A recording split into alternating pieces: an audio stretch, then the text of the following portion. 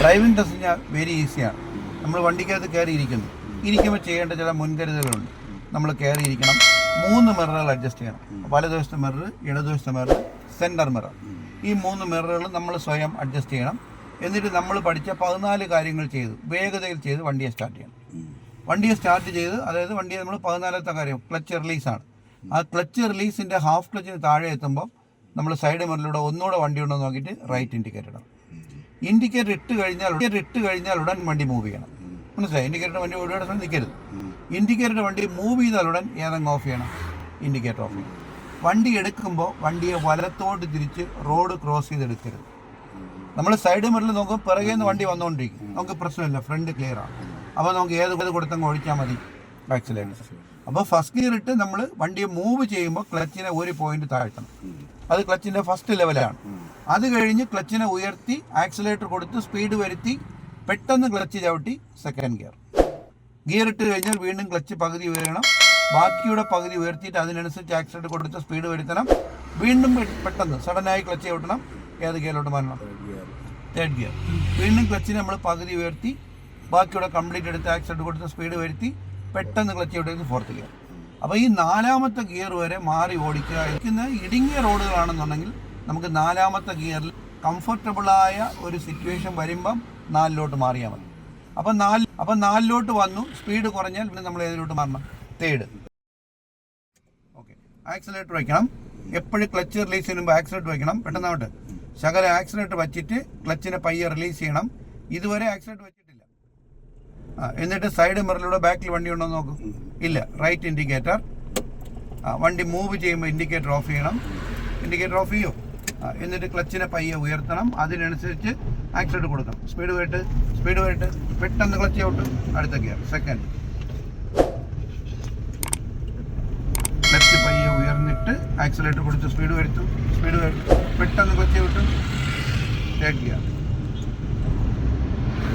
ജരിപ്പിക്കരുത്. ക്ലച്ചിൽ നിന്ന് പയ്യെ കാലെടുത്തിട്ട് ആക്സിലേറ്റർ കൊടുക്കും.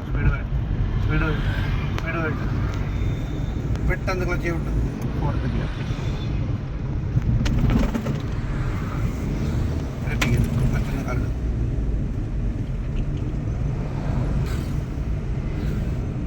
ഓക്കെ, ഇത്രയേ ഉള്ളൂ. അപ്പോൾ 4 ഗിയറുകൾ പെട്ടെന്ന് മാറി ഇതുപോലെ ഓടിക്കും. ഇപ്പം നമുക്ക് സ്പീഡ് കുറയുന്നു എന്ന് തോന്നുകയാണ്. അപ്പോൾ നമ്മൾ ഏത് ഗിയറിലോട്ട് മാറണം? 3ാമത്തെ ഗിയർ മാറ്റും. 3ാമത്തെ ഗിയറിലോട്ട് മാറ്റിയിട്ട് ക്ലച്ചിൽ നിന്ന് പയ്യെ കാലെടുത്തിട്ട് ആക്സിലേറ്റർ കൊടുക്കും. ഓട്ട് കണ്ട, ഇപ്പം 4ാമത്തെ ഗിയറിൻ്റെ സ്പീഡായി. 4ാമത്തെ ഗിയറിലോട്ട് മാറ്റും. ഇതൊക്കെ ഒരാൾ പറയാതെ തനിച്ച് നമുക്ക് ചെയ്യാൻ പറ്റുന്നൊരു ഐഡിയ നമുക്ക് വരണം. അങ്ങനെ കാർ ഓടിക്കുമ്പോൾ ആർക്കാണോ തനിച്ച് ഇതുപോലുള്ള ഓരോ കാര്യങ്ങൾ ചെയ്യാൻ കഴിയുന്നത് അവർക്ക് മാത്രമേ നന്നായി കാർ ഓടിക്കാൻ കഴിയുള്ളൂ. അപ്പോൾ കാറിൽ നമുക്കൊരു സ്വയം പര്യാപ്തത കൈവരുന്നുണ്ട്. ഒരാളിനെ കണ്ടു, ഹോൺ അടിക്കണം, വലത്തോട്ട് തിരിക്കണം, ഇടത്തോട്ട് തിരിക്കണം, തിരിച്ചിരിക്കണം. ഇത് നമുക്ക് സ്വയം തോന്നണം. അല്ലാതെ നമ്മൾ ആളിൻ്റെ പിറകെ നിന്ന് പോകരുത്. അവിടെ ഒരു ബൈക്ക് പോവാണ്, ആക്സിഡൻറ്റ് കൊടുക്കും. ബൈക്കിനെ കാണുമ്പോൾ നമ്മൾ ഹോൺ അടിക്കണം, സ്റ്റിയറിങ്ങിൽ കൈകൾ ഉയർത്തിപ്പിടിക്കണം. അപ്പോൾ നമ്മൾ ബൈക്കിൻ്റെ 2 കാര്യങ്ങൾ ബൈക്കിനെ കാണുമ്പോൾ ശ്രദ്ധിക്കണം. ഒന്നുകിൽ നമ്മൾ ബൈക്കിനെ ഓവർടേക്ക് ചെയ്യണം, അല്ലെങ്കിൽ ബൈക്കിൻ്റെ പിറകെ നിന്ന് പോകണം. അപ്പോൾ ബൈക്കിൻ്റെ പിറകെ നിന്നാണ് പോകാൻ ഉദ്ദേശിക്കുന്നതെങ്കിൽ ഒരു പ്രത്യേക ഡിസ്റ്റൻസ് ഇട്ട് ബൈക്കിൻ്റെ പിറകെ നിന്ന് പോകുക. അതല്ല നമ്മൾ ബൈക്കിനെ ഓവർടേക്ക് ചെയ്യാൻ പോകുന്നുണ്ടെങ്കിൽ ഇവിടെ വന്നേ നമ്മൾ റൈറ്റിലോട്ട് മാറ്റി ബൈക്കിന് പാരലായിട്ട് പോകണം. നമ്മൾ ഓവർടേക്ക് ചെയ്യാൻ പോവുകയാണ്, ആക്സിഡൻറ്റ് കൊടുക്കും. അപ്പോൾ ബൈക്കിന് പാരലായിട്ടാണ് നമ്മൾ പോകുന്നത്, ആക്സിഡൻറ്റ് കൊടുക്കും. കാരണം ബൈക്കിനേക്കാൾ സ്പീഡ് കൂട്ടിയാലേ ബൈക്കിനെ കടന്നു പോകാൻ പറ്റുള്ളൂ. അപ്പോൾ ഇവിടെ നിന്ന് ഹോൺ അടിക്കണം. ഹോൺ അടിക്കും, അല്പം ആക്സിഡൻറ്റ് കുറയ്ക്കും. ബൈക്ക് നമ്മൾ ഓവർടേക്ക് ചെയ്യാൻ പാരലായിട്ട് പോയിട്ട് ആക്സിഡൻറ്റ് കൊടുക്കും. പാരലായിട്ട് പോയിട്ട് ബൈക്കിന് കഴിയുമ്പോൾ സ്പീഡ് കുറയ്ക്കണം. സ്പീഡ് കുറഞ്ഞു എന്നിട്ട് സാവധാനം റോഡിൻ്റെ ഇടതുവശം കണ്ട ലെഫ്റ്റ് വന്നിട്ട് ലെവൽ ചെയ്യണം. ഇത്രയും